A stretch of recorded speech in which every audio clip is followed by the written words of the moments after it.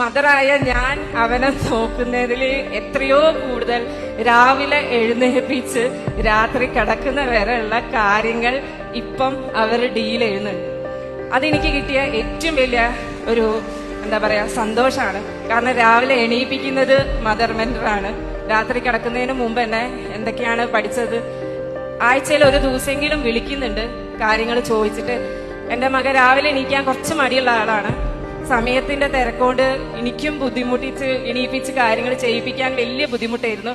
രാവിലെ മെഡിറ്റേഷൻ എന്ന് പറഞ്ഞ പ്രോഗ്രാമിൽ പങ്കെടുക്കാൻ തുടക്കത്തിൽ വലിയ മടി കാണിച്ച ആളാണ്.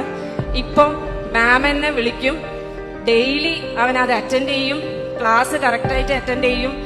ബാക്കി പഠനത്തിനേക്കാൾ ഉപരി അവൻ എന്തൊക്കെ ചെയ്യണം, എങ്ങനെയൊക്കെ എന്താ പറയാ സംസാരിക്കണം, എന്തൊക്കെ കാര്യങ്ങൾ പഠനത്തിന് ഉപരി എന്തൊക്കെ ആക്ടിവിറ്റികൾ ചെയ്യണം എല്ലാം തീരുമാനിക്കുന്നപ്പോൾ മദർ മെന്ററാണ്.